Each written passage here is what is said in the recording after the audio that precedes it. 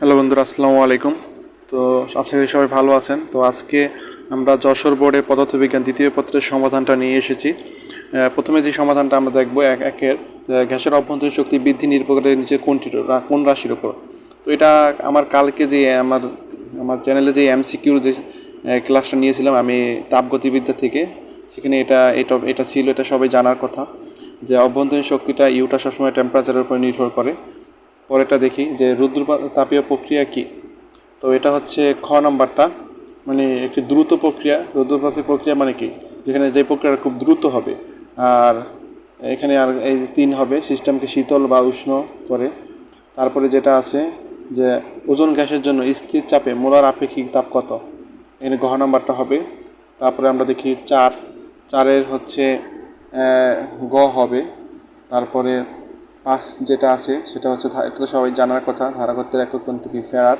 তো এখানে আমি এমসিগুলো উত্তর বলে দিই, যদি কারো কোনো উত্তরে সমস্যা থাকে বা বুঝতে চাও তাহলে আমাকে কমেন্ট বক্স লিখতে পারো, আমি তোমাদের সেটা বুঝিয়ে দেওয়ার চেষ্টা করব।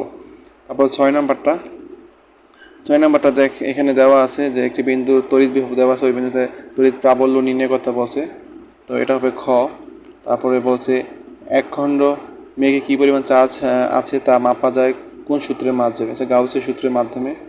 তারপরে 8 8-এর হবে খ নম্বরটা। তারপরে যেটা আছে 9-এর খ হবে। তারপর দেখবো আমরা 10-এর হবে এই নিচের কোনটি মিটার ব্রিজ দ্বারা পরিমাপ করা যায়, আপেক্ষিক রোধ। আর নিচের কোনটি শান্তির এক গুণক, তো এটা হবে গ নাম্বারটা।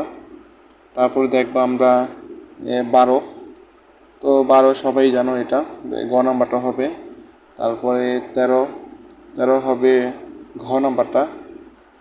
তারপরে আমরা দেখবো 14-এর গ হবে। তারপরে 15 হবে গ নাম্বারটা।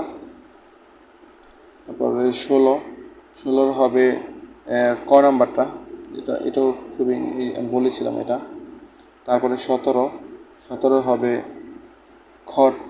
তারপরে আমরা দেখব 18 হবে খ। তারপর দেখবো আমরা, এগুলো আমি আর বুঝালাম না এখানে, তো কারণ বুঝালে ভিডিওটা বড় হয়ে যাবে। আর তোমরা যদি কারোর কোনো সমস্যা করে বুঝতে চাও তাহলে আমাকে কমেন্ট বক্সে বলতে পারো। কোয়ান্টাম তত্ত্ব প্রদান করে কে, ম্যাক্স প্ল্যাঙ্ক। তো এখানে বলা আছে এটা 20-এর খ নাম্বারটা হবে। তারপরে তেজস্ক্রিয় পদার্থের অধ্যায় এর ক্ষয় ধ্রুবক কী, অবশ্যই ব্যস্তানুপাতিক, এটা সবাই জানো। তারপরে 22-এর এটা ক হবে। তারপরে 23-এর গ হবে। তারপরে আমরা দেখব 24-এর ঘ নাম্বারটা হবে। আর 25-এর ক হবে। এই ছিল আমাদের যশোর বোর্ডের সমাধানটা, এমসিকিউর সমাধানটা। তো সবাই ভালো থাকবে। আসসালাম।